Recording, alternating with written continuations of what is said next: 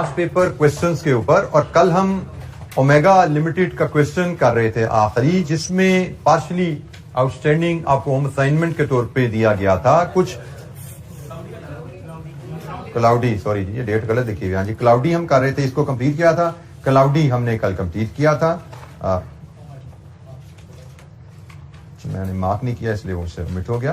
तो इसमें कुछ कैलकुलेशन आपकी रहती थी जो आपको असाइनमेंट में कहा गया था, इसको आप कीजिएगा। तो जनाब मुझे बताएंगे जरा, वैल्यूज तो कंप्लीट करवा दें। एनपीवी एट 5% क्या आई थी? 166.1 पॉजिटिव, और 20% पे 23.39 नेगेटिव। इंटरपोलेशन लगाया 18.15%। ये जी हमारा आईआरआर आ गया, और हमारी रिक्वायरमेंट यहां पे क्या थी? आईआरआर निकालना सिर्फ, या फिजिबिलिटी भी बतानी थी? कंप्यूट आईआरआर एंड एडवाइस भी करना था। तो उसके लिए हम फिर इसको कंपेयर करते हैं कॉस्ट ऑफ कैपिटल से, और हमारा डिसीजन बनता है project should be accepted, project is feasible, it should be accepted. ये हमारा डिसीजन आता है। क्योंकि प्रोजेक्ट का rate of return cost of capital से ज्यादा है, तो प्रोजेक्ट शुड बी एक्सेप्टेड। सिर्फ आईआरआर की कैलकुलेशन नहीं है, कैलकुलेशन के साथ फिजिबिलिटी भी है। जी, किसी स्टूडेंट को कोई दिक्कत, कोई डिसएग्रीमेंट यहां पे?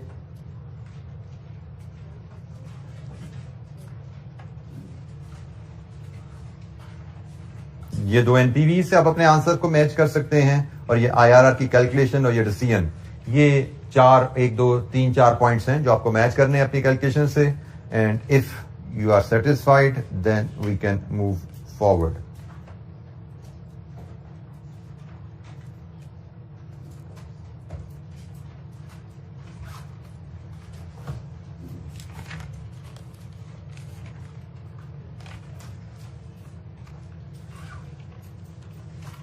अच्छा जी, हम एक क्वेश्चन और देखते हैं, question number 7, Modern Transport Limited. इस क्वेश्चन में थोड़ी सी वेरिएशन हमें मिलेगी देखने को। एक नॉर्मल क्वेश्चन जो अभी तक हमने किए हैं उनसे थोड़ा सा डिफरेंट क्वेश्चन है ये, लेकिन बहरहाल हमें डिफरेंट सिनेरियोज के क्वेश्चन को देखने की आदत होनी चाहिए। और बेसिक असूल अगर हमें पता है कि इन्वेस्टमेंट ली जाती है और उसके बाद उस पर रिटर्न्स के ऑपरेटिंग कैश फ्लोज होते हैं, उनको लेके हमने प्रोजेक्ट फिजिबिलिटी असेस करनी होती है, तो इंशाअल्लाह हमें चैलेंज नहीं रहना चाहिए। Question number 7, Modern Transport limited, spring 17 का क्वेश्चन 7। ये क्वेश्चन भी हमारे पास है जी 16 मार्क्स का, एक बड़ा क्वेश्चन है। Advise whether MTL should accept BCS proposal. MTL को बीसीएस का प्रपोजल एक्सेप्ट करना चाहिए, क्या कहानी है जी, देखते हैं। Modern Transport Limited MTL is considering an investment proposal from Buraq Cab Services BCS. So MTL is considering an investment proposal from Buraq BCS. As per the proposal, MTL would provide branded cars to BCS under the following terms and condition. MTL ने गाड़ियां देनी है जी BCS को। क्या terms and condition है? BCS would pay a rent of 1.8 million per annum per car to MTL. The cars would operate on 24-hour basis. Payment would be made at the end of the year. BCS एक car का 1.8 million per annum rent पे करेगी, ये rent पे, और गाड़ी 24 घंटे चलेगी जी BCS के पास। MTL गाड़ी खरीदेगा, BCS को इस्तेमाल के लिए देगा। Cost of the drivers and maintenance cost of the car would initially be paid by BCS, but would be adjusted against car rentals payable to MTL at year end.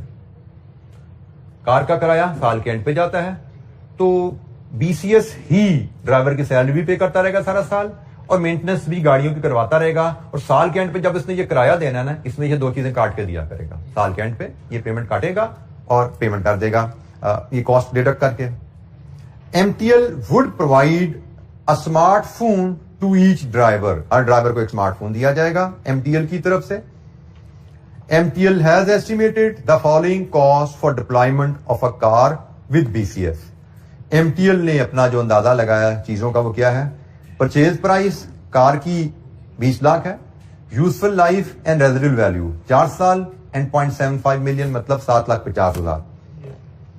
Car registration fee 35,000 है, ये one time है car की registration के वक्त। Mobile phone पर set, हर driver को mobile phone देने हैं, 15,000 का है, to be charge in the year of purchase. मतलब ये पीएनएलएस को कैपिटलाइज नहीं करना, जब खरीदोगे पीएनएल को चार्ज हो जाएगा, कैपिटलाइज नहीं करना, ये कैपिटल आइटम नहीं लोगे इसको आप। इंश्योरेंस प्रीमियम 50,000 है, to be paid at the beginning of each year. It would reduce by 5,000 each year due to decrease in WDV of the car. Insurance का ताल्लुक एसेट की वैल्यू से होता है। वो कहता है जी आप 50,000 पहले साल एडवांस में पे कर दोगे, बिगिनिंग ऑफ ईच ईयर पे होता है, पहले साल 50,000 पे कर दोगे शुरू में, और उसके बाद हर साल गाड़ी के इस्तेमाल से चूंकि इसकी वैल्यू कम होती जाएगी तो इंश्योरेंस भी 5,000 से कम होती जाएगी। एनुअल सैलरी पर ड्राइवर 300 है, would work in 8 hour shift. तो यहां से जो आपको पॉइंट पिक करना है कि आपने एक गाड़ी देनी है BCS को 24 घंटे के लिए और एक ड्राइवर काम करता है 8 घंटे, इसका मतलब एक गाड़ी के लिए 3 ड्राइवर हायर होंगे। ठीक हो गया। Annual maintenance cost is 60,000 due to ageing of cars, cost would increase by 10% each year. गाड़ियां पुरानी होंगी तो ज्यादा पार्ट्स खराब हुआ करेंगे, ज्यादा पार्ट्स रिप्लेस हुआ करेंगे, सालाना कॉस्ट 10% से बढ़ती जाएगी। Additional information, cars would be depreciated at the rate of 25% under reducing balance method. Tax depreciation is to be calculated on the same basis. Applicable tax rate is 30% and tax payable in the year in which liability arises, मतलब same year में taxes pay होते हैं. Inflation is estimated at 5% and MTL's cost of capital is 12% per annum. Advise MTL whether MTL should accept BCS proposal or not. Rent भी बता दिया कितनी हमें सालाना आएगी और गाड़ी खरीदेंगे कितनी और गाड़ी के खरीदने के बाद उसके बाद फर्दर कॉस्ट कितनी है, सब कुछ हमें बता दिया है। तो हमें एवेल्युएट करना है क्या ये रेंटल प्रपोजल फीजिबल है MTL के लिए या नहीं। तो प्रॉपर इन्वेस्टमेंट फिजिबिलिटी है, गाड़ी खरीद के रेंट पे देना, रेंट पे देंगे तो रेंटल इनकम आएगी, रेंट पे देंगे तो उसके खर्चे भी होंगे। तो गाड़ी खरीदनी है, रेंट पे देनी है, ऑपरेटिंग कैश फ्लोज आ जाएंगे, उसी तरह में इनिशियल इन्वेस्टमेंट होगी, ऑपरेटिंग कैश फ्लोज होंगे, टैक्सेस होंगी, वही चीजें जो हम करते हैं। बट फर्क क्या है, कोई चीज बना के बेच नहीं रहे, हम एक गाड़ी खरीद के किराए पे दे रहे हैं। इन्वेस्टमेंट्स भी है, ऑपरेटिंग कैश फ्लोज भी है, टैक्सेस भी है, वही 3 हेड्स हैं, उन्हीं 3 हेड्स में चीजों का मैनेज करेंगे। लेकिन क्वेश्चन में जब इन्फ्लेशन आ जाए, पहला फैसला क्या हमें हर वैल्यू को इन्फ्लेट करने की जरूरत है? आंसर इज यस, क्योंकि कंपनी टैक्सेस पे कर रही है। तो जब कंपनी टैक्सेस पे करती है तो हम तमाम कैश फ्लो को इन्फ्लेट करते हैं। दिस इज आवर गाइडलाइन, ठीक है जी। तो हम तमाम कैश फ्लो को इन्फ्लेट करके उनको मनी कॉस्ट ऑफ कैपिटल, जो कि ये 12% हमें गिवन है, हम इस पे डिस्काउंट करेंगे। तो 4 साल प्रोजेक्ट की लाइफ है, 4 साल लाइफ है, तो हम कैश फ्लोज के लिए फॉर्मेट बनाते हैं 4 साल पे। क्वेश्चन नंबर 7,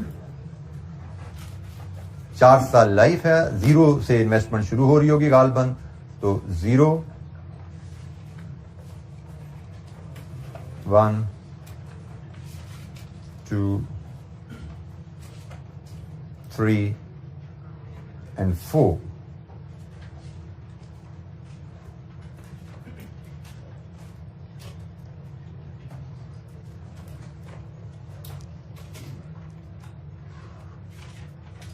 फिगर्स हम चूंकि छोटी फिगर दी हैं, हम रुपीज में ले लेते हैं, या मिलियन में है रुपीज इन 1000 भी कर सकते हैं, रुपीज इन 1000 में कर लेते हैं, रुपीज इन 1000 कर लेते हैं। तो हमारी जो आइटम्स हैं, एक इनिशियल कैपिटल इन्वेस्टमेंट है, then net operating cash flows हैं और टैक्सेशन है। हमारी कैश फ्लोज इन्हीं कैटेगरीज में क्लासिफाई होती हैं, या वो कैपिटल एसेट के कैश फ्लोज होंगे या वो वर्किंग कैपिटल के कैश फ्लोज भी हो सकते हैं, और तीसरी आइटम होती है ऑपरेटिंग कैश फ्लोज। तो हमें इन्हीं 3 कैटेगरीज में कैश फ्लोज को क्लब करके चलना है। जैसे इस केस में कार को खरीदना और इसकी रजिस्ट्रेशन, ये दोनों कैपिटल कैश फ्लोज हैं, ऐसे ये। तो हमारी कैपिटल इन्वेस्टमेंट जो हमें नजर आ रही है वो 2 मिलियन की गाड़ी है और 35,000 उसके रजिस्ट्रेशन चार्जेस हैं। ये आपकी कैपिटल इन्वेस्टमेंट है, और इसी से रिलेटेड उसने हमें बताया हुआ है ये गाड़ी आप 4 साल बाद 750 की बेचोगे, तो ये रेजिडुअल वैल्यू भी उसकी ले ली हमने। नेट ऑपरेटिंग कैश फ्लोज हमने हमेशा सीखा हुआ है, हम वर्किंग से डील करते हैं और टैक्सेशन भी हम वर्किंग, उसी एक्सटेंडेड वर्किंग से ऑपरेटिंग कैश फ्लोज की वर्किंग को एक्सटेंड करते हैं, वहीं से निकाल के लाते हैं। यहां पे हम टोटल नेट कैश फ्लोज लाएंगे और हमसे कहा गया है advise whether the proposal should be accepted और नॉट। मेथड नहीं बताया गया किस मेथड से एवेल्युएट करें, हमें तो कई मेथड आते हैं ना, तो जब क्वेश्चन साइलेंट होगा तो बेस्ट मेथड एनपीवी। तो एनपीवी मेथड में नेट कैश फ्लोज को कॉस्ट ऑफ कैपिटल पे डिस्काउंट करते हैं, प्रेजेंट वैल्यू और नेट प्रेजेंट वैल्यू, ये जी हमारी कैलकुलेशन होने जा रही है। नेट ऑपरेटिंग कैश फ्लोज के लिए वर्किंग वन बनानी है, टैक्सेशन के लिए वर्किंग इसी को एक्सटेंड करेंगे, नेट कैश फ्लो से प्रॉफिट्स और प्रॉफिट से टैक्सेस, और फिर हम कंप्लीट कर पाएंगे सवाल को बड़ी आसानी से। नेट ऑपरेटिंग कैश फ्लोज पे हम जाते हैं, तो हमारे ऑपरेटिंग कैश फ्लो में क्या क्या आइटम आ रही है, मैं जरा पहले वो तो रिकॉल करूं। मोबाइल फोन भी ऑपरेटिंग है क्योंकि उसने कहा पीएनएल में चार्ज करना है, द कॉस्ट चार्ज करना है, वो भी ऑपरेटिंग है। इंश्योरेंस वो भी ऑपरेटिंग कॉस्ट है, एनुअल सैलरीज, एनुअल मेंटेनेंस, ये सारी ऑपरेटिंग कॉस्ट है, और रेंटल ऑपरेटिंग इनकम है।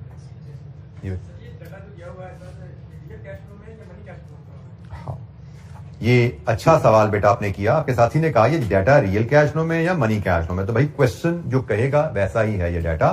क्वेश्चन में उसने हमें रियल का टर्म कहीं यूज नहीं किया, क्वेश्चन में उसने कहीं भी रियल का टर्म यूज नहीं किया। उसने हमें कहा है कि BCS वुड पे rent of 1.8 million per annum पर कार। क्वेश्चन इस मामले में साइलेंट है कि रेंट ये रियल है या मनी है। जब क्वेश्चन कहे ना ये डाटा रियल है तो वो रियल है। सर आपने कहा कि 5% इन्फ्लेशन है तो ये कैश फ्लो इन्फ्लेट करने पड़ेंगे। जी इन्फ्लेट करने पड़ेंगे कैश फ्लो में तो ये जी बेटा, मैं इसी पे आ रहा था। अगर तो वो कहे ना ये 1.8 मिलियन रियल है, अगर कहे 1.8 मिलियन रियल है तो ईयर 1 का रेंटल होगा 1.8 मिलियन इंटू 1.05, ये ईयर 1 का रेंटल होगा। लेकिन क्या उसने में बताया ये 1.8 रियल है? नहीं। ये रेंटल पे भी चीज एप्लीकेबल है, ये चीज कॉस्ट पे भी एप्लीकेबल है। सैलरीज क्या उसने बताया ये सैलरी रियल है? नहीं बताया। अगर तो वो कहता रियल है तो हम पहले साल की कॉस्ट पे ही, पहले साल की इनकम पे इन्फ्लेशन लगा देते। जब वो नहीं बताता तो हम फिर पहले साल पे इन्फ्लेशन नहीं लगाते, आगे से इन्फ्लेशन लगानी शुरू करेंगे ईयर 2 में। फिर ईयर 2 में जो वैल्यू आएगी, ईयर 2 की जो वैल्यू होगी वो होगी आपकी 18 लाख इंटू 1.05। ईयर 1 की वैल्यू 18 लाख की समझी जाएगी, क्योंकि उसने हमें ये नहीं बताया ये रियल है। जब उसने ये कहा हमें ये नहीं बताया ये रियल है तो हम इसको समझते हैं ये ईयर 1 की वैल्यू है। ठीक है, रियल वैल्यू वो बताएगा तो ही हम उसको रियल लेते हैं। अगर वो रियल वैल्यू नहीं बता रहा तो हम उसको ईयर 1 की वैल्यू लेंगे। आगे तो इन्फ्लेशन डलनी ही डलनी है, इन्फ्लेशन तो आनी है, लेकिन कहां से शुरू होनी है?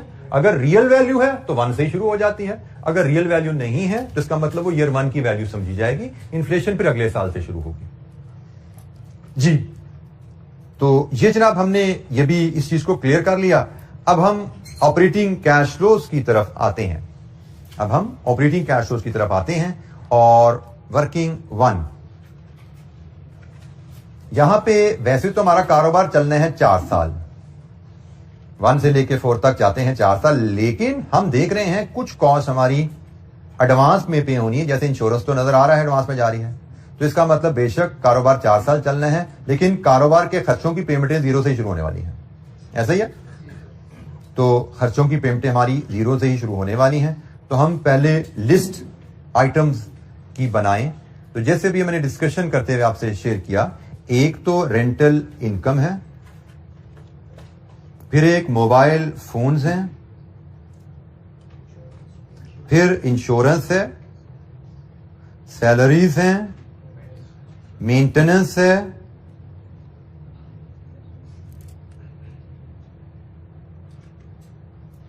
जी कोई और आइटम बच गई? जी हमारी टोटल कॉस्ट आइटम्स हैं। रेंटल इनकम आएगी, इसके बाद इसमें से मोबाइल फोन खरीदे जाएंगे, इंश्योरेंस पे होगी, सैलरीज एंड मेंटेनेंस है। ये टोटल जनाब हमारे खर्चे हैं। तो 1 बाय 1 हम तमाम वैल्यूज को इनकॉर्पोरेट करना शुरू करते हैं। रेंटल इनकम, तो उसने कहा पहली रेंटल इनकम पहले साल के एंड पे आएगी, तो रुपीज इन 1000 में ही लेके चलते हैं जी। तो पहली रेंटल इनकम हमारी आएगी 1800 और इस पे फिर इन्फ्लेशन है 5% पर एनम। तो जनाब नेक्स्ट 1890, इसके बाद 1885। रुपीज इन 1000 में है तो डेसिमल लगाने की जरूरत नहीं है, मिलियंस में हो तो डेसिमल लगाएंगे। रुपीज इन 1000 में जी 285 845 राउंड ऑफ करेंगे ना, 2485 248 2084 ठीक होगा जी, राउंड ऑफ करके हम लिखेंगे। तो ये जनाब हमारी रेंटल इनकम आ गई। मोबाइल सेट उसने कहा जी 15,000 का एक सेट आता है और हमने ड्राइवर्स को देना है। तो इसका मतलब हमें एक गाड़ी का हिसाब लगा रहे हैं, एक गाड़ी के 3 ड्राइवर्स हैं और 3 ड्राइवर्स को हम फिर 3 सेट देंगे ना, और ये सेट 45,000 के बनेंगे। कब देंगे? आज देंगे या साल बाद देंगे? आज ही देंगे जी। आज गाड़ियां दे रहे हैं तो ड्राइवर्स के हाथ में फोन दे के ही भेजेंगे ना। आज हम उनको ये फोन खरीद के देंगे। इंश्योरेंस के बारे में भी उसने कहा जी एडवांस में पे करनी है, पहले साल की 50,000 है और इसके बाद हर साल 5,000 से कम होती जाएगी। WDV में कमी की वजह से हर साल ये कम होती जाएगी। ये पहले साल की इंश्योरेंस, दूसरा, तीसरा, चौथा साल, 4 साल पूरे हो गए। 4 साल ही लाइफ है ना आपकी, तो यहां पे कोई इंश्योरेंस पे नहीं करनी है आपने, 4 साल पूरे हो गए आपके। अच्छा, यहां पे ये चीज जरा जहन में रखिएगा, इंश्योरेंस कॉस्ट पे इन्फ्लेशन का कोई असर नहीं आता। बिजली का बिल है ना, महंगाई होगी बढ़ जाएगा। पेट्रोल है, महंगाई होगी महंगा हो जाएगा। कोई मटेरियल है, लकड़ी खरीदते हो, महंगाई होगी महंगा हो जाएगा। जस्ट लाइक बिजली, पेट्रोल, मटेरियल, इंश्योरेंस भी कॉस्ट है, बट इसका ताल्लुक एसेट की कॉस्ट वैल्यू से होता है और एसेट तो आपने जीरो में बाय कर लिया है। इसका ताल्लुक तो एसेट की कॉस्ट से, और फिर उसके बाद डेप्रिसिएशन, उसकी वैल्यू कम हो रही है, उसमें इन्फ्लेशन असरअंदाज नहीं होती। इन्फ्लेशन तो उस अमाउंट पे असरअंदाज होगी जो फ्यूचर में आप स्पेंड करो। तो एसेट तो आपने जीरो में खरीद लिया है और इंश्योरेंस तो जीरो में जो आपने अमाउंट स्पेंड की है उसकी वैल्यू पे डिपेंडेंट है। इंश्योरेंस का ताल्लुक जीरो में जो आपने एसेट खरीदा है उसकी वैल्यू से है। इन्फ्लेशन तो फ्यूचर में स्पेंडिंग को इफेक्ट करती है। तो जनाब इंश्योरेंस पे इन्फ्लेशन का कोई असर नहीं आता। सैलरीज उसने कहा कि पर ड्राइवर 3 लाख हैं, तो हमने तो लेने हैं 3 ड्राइवर, तो 3 लाख इंटू 3 पहले साल होगी जी वो कॉस्ट 9 लाख और उसके बाद आएगी इन्फ्लेशन 5% पर एनम की 945 9 993 992 4 2।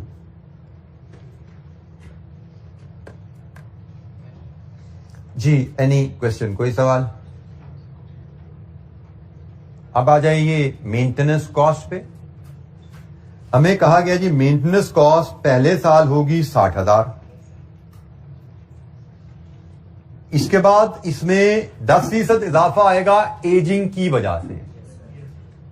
एजिंग का मतलब गाड़ी के पार्ट्स की एक्सपायरी बढ़नी शुरू हो जाएगी, मोर पार्ट्स विल रिक्वायर रिप्लेसमेंट, तो 10% तो इजाफा एजिंग की वजह से आना है, 5% इन्फ्लेशन की वजह से भी तो आएगा ना।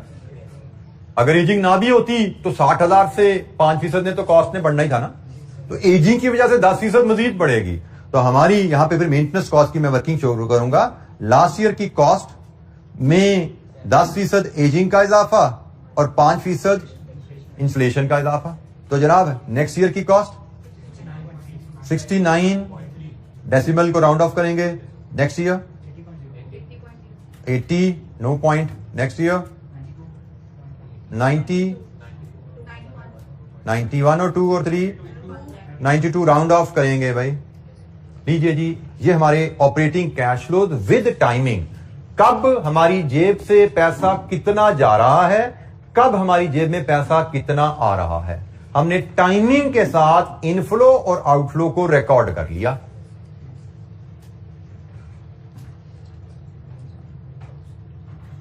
अच्छा, यहां पे अब हम एक टोटल ले लेते हैं।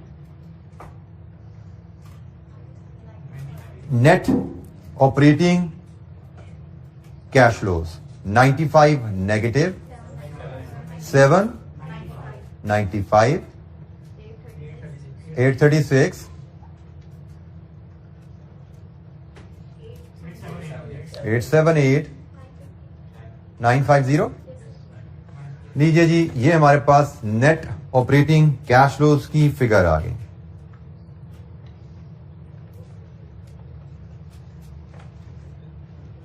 Net operating cash flow, rental income है, मोबाइल फोन्स हैं, इंश्योरेंस है, सैलरीज है, मेंटेनेंस है, कब कितनी कैश इनफ्लो और आउटफ्लो की वैल्यू है, हमने टाइम के मुताबिक टाइमलाइन के हिसाब से उसको प्लेस कर लिया। एंड और इंटरवल्स पे 0 से लेके 4 तक की वैल्यूज हैं। तो जनाब, नेट ऑपरेटिंग कैश फ्लोज की वैल्यूज को अब हम मेन आंसर शीट में अपनी एक्सटेंड कर लेते हैं।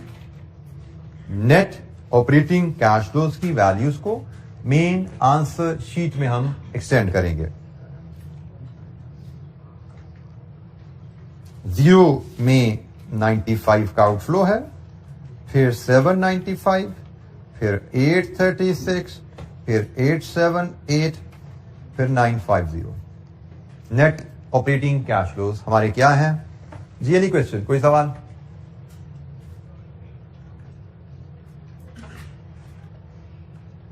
अब इसी वर्किंग को हम एक्सटेंड करते हैं, जो हमने चीज सीखी हुई है कि हम इसी में से लेस कर देंगे टैक्स डेप्रिसिएशन। इसके लिए हम वर्किंग 1.1 बना लेंगे, हमें टैक्सेबल प्रॉफिट मिल जाएगा। और टैक्सेबल प्रॉफिट पे फिर हम कैलकुलेट कर लेंगे टैक्स। कितना टैक्स है? 30% का। अच्छा जी, यहां पे ये तो है नॉर्मली हम ऐसे ही करते हैं, तो रूटीन में मैंने इसको लिख दिया, लेकिन एक चीज यहां पे हमें नोट करना है। वो नोट ये करना है कि ये इंश्योरेंस की बात करें, मैंने पे 0 में की है, बट इज 0 अ ईयर जिसका को प्रॉफिट लॉस डिटरमिन होता है? Answer is no. ये तो मैंने कॉस्ट है पहले साल की जो एडवांस में पे की है। तो कैश फ्लो तो एज एंड व्हेन पेड और रिसीव तब रिकॉर्ड किया जाता है, लेकिन टैक्सेशन तो अक्रूवल प्रॉफिट्स के हिसाब से बनती है। अब पहले से क्या होता था, हम हर कॉस्ट को उसके साल के एंड पे कर रहे होते थे, तो ये मसला नहीं आता था। अब यहां पे एक नया मसला आया है। वो मसला क्या है कि ये इंश्योरेंस खर्चा तो है 1 का, रिफ्लेक्ट हो रहा है 0 में। ये जो इंश्योरेंस है ये खर्चा है 2 का। जब हम प्रॉफिट एंड लॉस की कैलकुलेशन की बात करें ना, तो ये 45 2 में चार्ज होना चाहिए, ऐसे ही है ना? लेकिन कैश फ्लो में 1 में रिफ्लेक्ट हो रहा है। जब हम प्रॉफिट एंड लॉस की बात करें, ये 51 में चार्ज होना चाहिए, रिफ्लेक्ट हो रहा है 0 में। तो इसका मतलब हमें यहां पे एक एडिशनल एडजस्टमेंट करनी पड़ेगी डेप्रिसिएशन लेस करने से पहले, क्योंकि हम अब कैश फ्लो से प्रॉफिट्स में जा रहे हैं। तो प्रॉफिट्स में जाते हुए हमें जो एडजस्टमेंट करनी पड़ेगी वो मैं लिखूंगा इसको timing adjustment for profit purposes. ये मुझे एडजस्टमेंट करनी पड़ेगी, टाइमिंग की एडजस्टमेंट है प्रॉफिट की कैलकुलेशन के लिए। वो एडजस्टमेंट क्या है? एक तो भाई मोबाइल का भी तो मसला है ना। मोबाइल हमने साल के शुरू में खरीद लिए, तो साल के शुरू में है, पेमेंट हमारी जेब से 0 में गई, मैंने डाल दी, लेकिन प्रॉफिट एंड लॉस के हिसाब से ये किस पीरियड का खर्चा है? 1 का। तो मुझे जो एडजस्टमेंट करनी है, एक मोबाइल की कॉस्ट एडजस्ट करनी है, मोबाइल फोन की कॉस्ट एडजस्ट करनी है। वो एडजस्टमेंट क्या है कि भाई यहां से 45 को इन करो, इधर से 45 को आउट करो, ऐसे ही हो गया। और दूसरी मुझे इंश्योरेंस की एडजस्टमेंट करनी है। इंश्योरेंस की एडजस्टमेंट क्या है कि यहां से 45 को इन करो, 50 को इन करो, 50 को यहां से आउट करो, इधर से 45 को इन करो, 45 को यहां से रिवर्स करो, ये वाली इंश्योरेंस रिवर्स करो, और ये 45 यहां पे चार्ज करो। यहां पे ये 40 रिवर्स करो, ये 40 यहां पे चार्ज करो, और इधर ये 35 रिवर्स करो, ये 35 यहां पे चार्ज करो।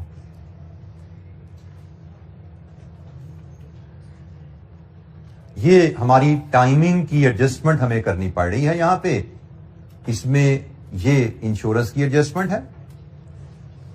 मोबाइल की तो एक एडजस्टमेंट थी, 45,000 की हमने पेमेंट 0 में की है, तो कैश फ्लो के पॉइंट ऑफ व्यू से तो ये चीज ठीक है, कैश फ्लो तो हमारे ये ठीक है। लेकिन जब हम प्रॉफिट की बात करते हैं तो वहां पे अक्रूवल का कॉन्सेप्ट आता है। ये पेमेंट जरूर 0 में हुई है, बट ये खर्चा पहले साल का है, तो हमने इनको 45 को भी इधर से रिवर्स किया, profit and loss profit purposes के लिए उसको 1 में शिफ्ट किया। इंश्योरेंस को भी इधर से रिवर्स किया, इसको 1 में शिफ्ट कर दिया क्योंकि इंश्योरेंस पहले साल का खर्चा है। इसी तरह हमने दूसरे साल की इंश्योरेंस को इधर से रिवर्स किया दूसरे साल में, ये यहां से ये इधर से रिवर्स किया, इसको इधर शिफ्ट किया, 40 को यहां से रिवर्स किया, इधर शिफ्ट किया, 35 को इधर से रिवर्स किया, इधर शिफ्ट किया। हमारी इंश्योरेंस कॉस्ट आप देख सकते हैं आप, ये पहले साल का खर्चा, ये दूसरे साल का खर्चा, ये तीसरे साल का खर्चा, सॉरी ये तीसरे साल का खर्चा, ये चौथे साल का खर्चा। ये 4 इंश्योरेंस कॉस्ट हैं जो अक्रूवल के हिसाब से नजर आ रही हैं। प्रॉफिट एंड लॉस पर्पजेस के लिए हमने इनको एडजस्टमेंट की। ये एक एडजस्टमेंट भी पास्ट पेपर में हमें शायद एक ही दफा नजर आई भी है, but we should be prepared कि कैश फ्लोज जब बनाने हैं तो कैश फ्लो की टाइमिंग चाहिए, जब टैक्सेशन पे जाना है तो फिर तो प्रॉफिट एंड लॉस अक्रूवल का कॉन्सेप्ट है। जैसे इंश्योरेंस पे हमने जरूर 0 में पे की हमने, लेकिन ये खर्चा तो 1 का है, तो भाई कैश फ्लो के लिए तो ये ठीक है 0 में आ गई, कब कितना पैसा जेब से क्या डाल दो। लेकिन जब टैक्सेशन पे जाना है तो भाई ये जो 0 में हमने पे जरूर की है, लेकिन ये खर्चा 0 में नहीं, खर्चा प्रॉफिट के लिए ये 1 का खर्चा है, तो यहां से रिवर्स किया, इधर डाल दिया, इसको भी यहां से रिवर्स करके इधर डाल दिया, एंड सो ऑन। अब बाकी डेप्रिसिएशन ले आते हैं। अब हम डेप्रिसिएशन ले आते हैं और डेप्रिसिएशन के बाद